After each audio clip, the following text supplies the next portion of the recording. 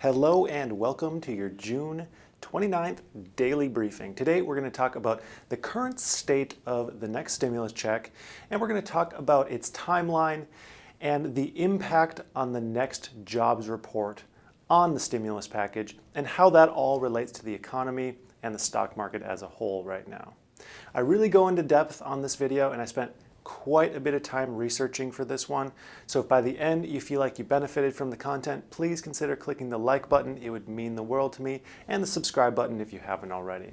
So let's get right into it. The current state of the stimulus check and the next stimulus package is at a bit of a stalemate, but here's what we do know. It appears that legislators are holding strong onto the idea of that mid-July bill. With it being the 29th of June now and the Senate's vacation beginning in just a few days, it's safe to assume that no bill will be drafted and passed by Friday.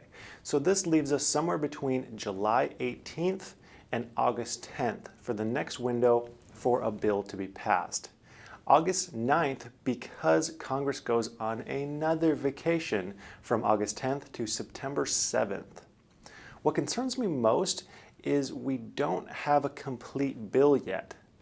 Yes, there's been numerous debates, discussions, proposals. I mean, you guys know all these proposals for the next bill, but there isn't actually a comprehensive bill in text yet. This concerns me because that means it's going to take even more time once they're back from their recess. I mean, think about it. How long does it take to draft a 500 to 2,000 page bill? I wasn't able to find what the average time it takes to draft a new bill is, but I can tell you it's probably longer than one day. This isn't exactly like the 1,000 word essay that you crammed the night before your college literature class.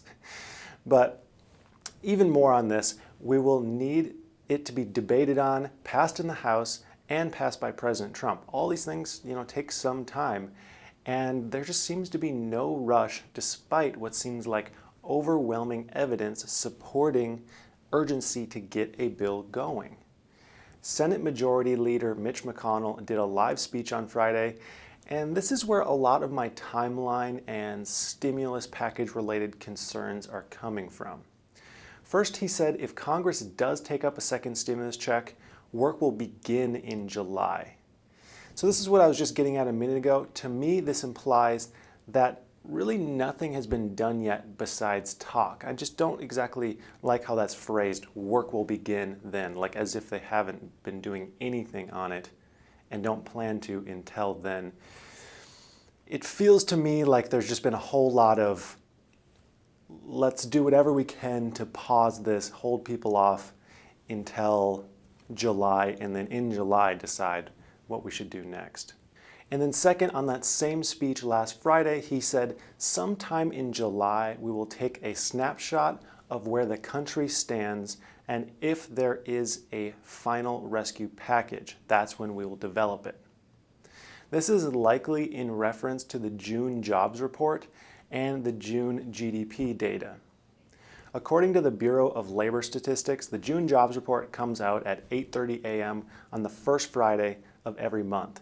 So according to that, we will see the next report this Friday on the 3rd, unless there's some kind of change because of the holiday weekend with the 4th of July being on Saturday. I have a few concerns, or at least things I don't like about this strategy. First, what are they even considering a positive jobs report? We keep hearing that the next package is going to be based on whether there's a positive jobs report or not. The May jobs report showed a 13.3% unemployment rate, and many legislators said these were good numbers. Good, this is the worst we've seen in 50 years. So let's say unemployment goes from 13.3% in May to 12% in June. There's two ways we could look at that data. We can either have a celebration that unemployment went down 10% in 1 month and say the economy's thriving, things are back on track, V-shaped recovery, all of that.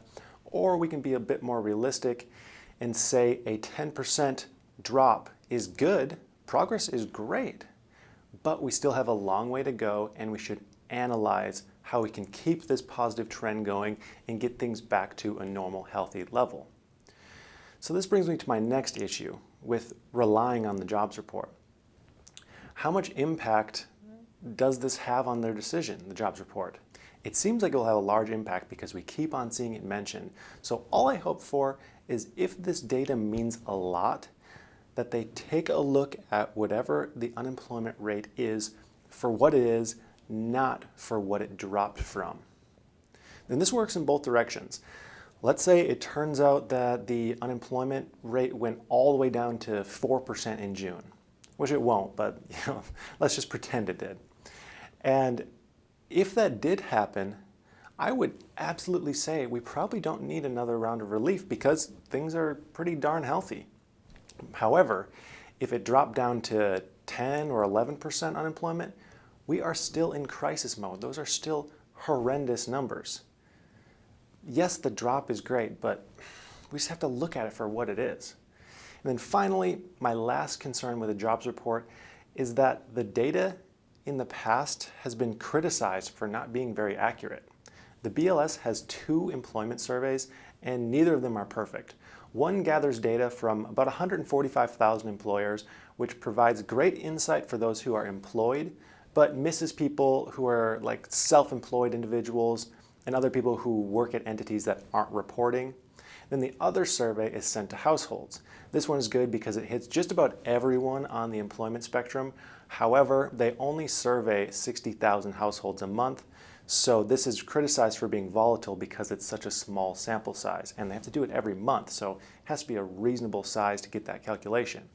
Now, I'm not criticizing their data or methods. I still believe the jobs report is valuable to have, whether it's 100% accurate or not. It's better than no information. However, I believe it's important to remember that it's not perfect. This is not perfect data. And if you're going to use it to make decisions, this data should be paired with other both quantitative and non-quantitative data just to have the best comprehensive decision possible. There just seems to be too much focus on one data point that isn't 100% accurate. Another major impactor of whether we see another stimulus check or not is the success of a reopening and how the economy reacts and the number of new cases. Virus cases have jumped in the last few weeks. And let me tell you, living in one of the hot spots, it feels more visceral and real now, to me at least, than it did back in March. The fear is in the air. Maybe it's the fact that everyone has to wear masks now if you're at a business or something like that, but it just feels like more real to me. Texas, Florida, Georgia, Idaho, Tennessee, and Utah all reported their highest number of new cases on last Saturday. And there was nearly 10,000 new cases in just Florida alone on Saturday. And as of the recording of this video, 12 states have now paused their reopening schedule for at least the time being. And this includes good old Arizona, which is where I live. I know bars are closed in other areas like Texas and Florida. However, I couldn't really tell you what's actually closed here. It still seems to me like everything is still opening, so I'm not sure exactly what has changed there. However, reopening is just really conflicting for me. On one hand, there's obviously an emergency and something needs to be done. I don't know the solution to what exactly needs to be done. But on the other hand, we tried closing. Now everyone is broke and depressed and sad, and we're still dealing with this virus. So I don't know. I'd be driving myself up the wall stir crazy if I didn't have these videos to work on every day and just something to do. I just feel like businesses are slowly starting to pick up as well. And like for my business, for example, in the last 5 to 7 days, we've seen an increase in calls and new customers. And just, man, I don't want that to go away again. But I do have that concern. And if things had to re-close again, obviously I would just have to be okay with that. And I mean, it's still harder than ever to find workers though. Normally in the past, I'll post employment ads and get about 150 to maybe 200 applicants per week. And now currently I'm getting 15 to maybe 20 per week, a 90% decline in the amount of people applying to work. It's pretty crazy.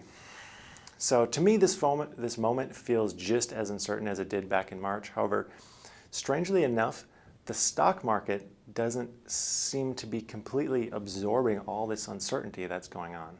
This is a quote from Craig Earlham, a senior market analyst. There's a huge question mark hanging over the stock market recovery, with investors seemingly not currently pricing in the prospect of restrictions that could be reimposed across the globe. I'm not saying we're going to see a repeat of the late March-April period, but a significant setback in the process now looks perfectly feasible. So this is a quote I completely agree with. I've been saying this for weeks now, that the uncertainty just doesn't seem to be factored in the markets right now. And while I was working on this video and read this quote, my first impression was, wow, this is exactly what I've been saying. I need to bring this up in one of my videos. But then I realized, this is textbook confirmation bias. I saw something I agree with and I was like, I should present that. So to try to combat that bias, I searched to find someone reputable with the opposite opinion so I could have a more well-rounded look at this. That way I could present it in a more educated manner, and I couldn't find much. The only thing I could find is people saying now is a good time to invest if the markets are down, and that's about as vague as one could possibly get. I mean, you could say that for literally any time period ever, and that would be true. So because I couldn't find a good argument, I'm going to make my own. I believe now is a good time to invest if you invest under one of the two following conditions. The first being you dollar cost average your investments, meaning you buy into the market at regular periods, like once every month or something similar. In that case, keep on doing so because that's the whole point of your strategy, and you will still make money in the extremely long term, no matter what happens. And then the second being, you could invest responsibly right now if you're willing to do the work to find individual businesses priced lower than they should be, which I'm sure there are a few out there that could be found with enough hard work. If you are interested in getting into some kind of investment strategy, maybe a simple dollar cost averaging portfolio, check out the link in my description below for Webull. You'll receive 2 completely free stocks once you sign up and deposit $100 into your account, and you'll help this channel out. So that's all I have for today. Until next time, I'd like to thank you for watching, and I hope you have a profitable day.